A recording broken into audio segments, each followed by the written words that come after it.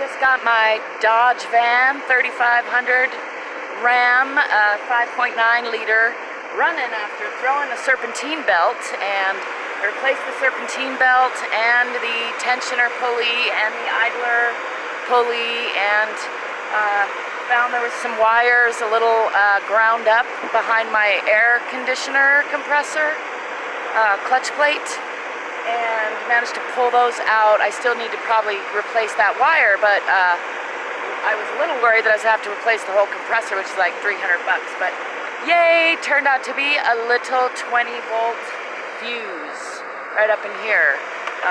Electric system did its job where that wire got ground up, it tripped the fuse, kept me from turning it over. So now that I replaced that, got a new belt on, replaced the fuse for $4. Woohoo! It's running, you can hear it purring.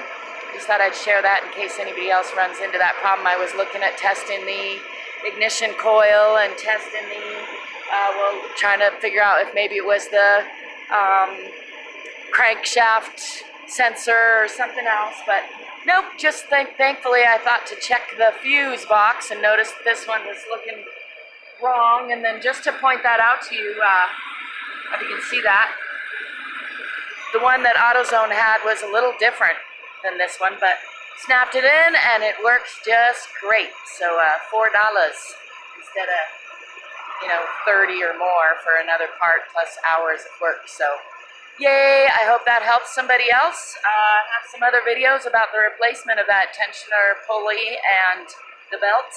Check those out. Check out some of my other videos. Let me know if you have any questions.